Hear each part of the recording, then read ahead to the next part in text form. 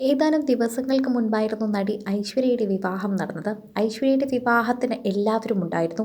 ശരിക്കും പറഞ്ഞാൽ star magic താരങ്ങൾ എല്ലാവരും ഉണ്ടായിരുന്നു. സുധിയുടെ മരണം അറിഞ്ഞ് ആദ്യം ഓടിയെത്തിയവളാണ് ഐശ്വര്യ. സുധിയുടെ വീട്ടിൽ വിവാഹം ക്ഷണിച്ചില്ലായിരുന്നോ എന്ന് എല്ലാവരും ചോദിച്ചിട്ടുണ്ടായിരുന്നു. എന്നാൽ ഐശ്വര്യയുടെ കല്യാണത്തിന് രേണുവും മക്കളും വരാത്തതാണ്. അതിൻ്റെ കാരണം പറഞ്ഞുകൊണ്ടാണ് സുധിയുടെ ഭാര്യ രേണു എത്തുന്നത്.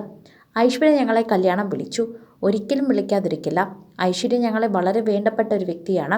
പക്ഷെ ഞങ്ങൾക്ക് പോകാൻ സാധിച്ചില്ല. അതായിരുന്നു ഏറ്റവും വിഷമകരമായ ഒരു കാര്യം. ഐശ്വര്യയുടെ വിവാഹത്തിന് ക്ഷണിച്ചിരുന്നു, ക്ഷണിക്കാതിരുന്നില്ല. ചേച്ചിയും മക്കളും വരണേ എന്ന് പ്രത്യേകം എടുത്തു പറഞ്ഞതാണ് ഐഷുമോള്. പക്ഷേ സുധിച്ചേട്ടൻ മരിച്ചിട്ട് ഒരു വർഷമല്ലേ ആയുള്ളൂ. അതൊരു നല്ല ഫംഗ്ഷനല്ലേ, അതുകൊണ്ടാണ് പോകണ്ട എന്ന് തീരുമാനിച്ചത്. അങ്ങനെ വരാൻ പാടില്ല എന്നൊന്നുമില്ല, ചേച്ചി വരണമെന്ന് ഐശ്വര്യ പ്രത്യേകിച്ച് പറഞ്ഞിരുന്നു. എന്നിട്ടും ഞാൻ പോയില്ല. അങ്ങനെ പോകാൻ പാടില്ലല്ലോ, നമ്മളായിട്ട് അങ്ങനെ വിശ്വസിക്കുന്നവർക്കൊന്നും വരുത്തരുതല്ലോ.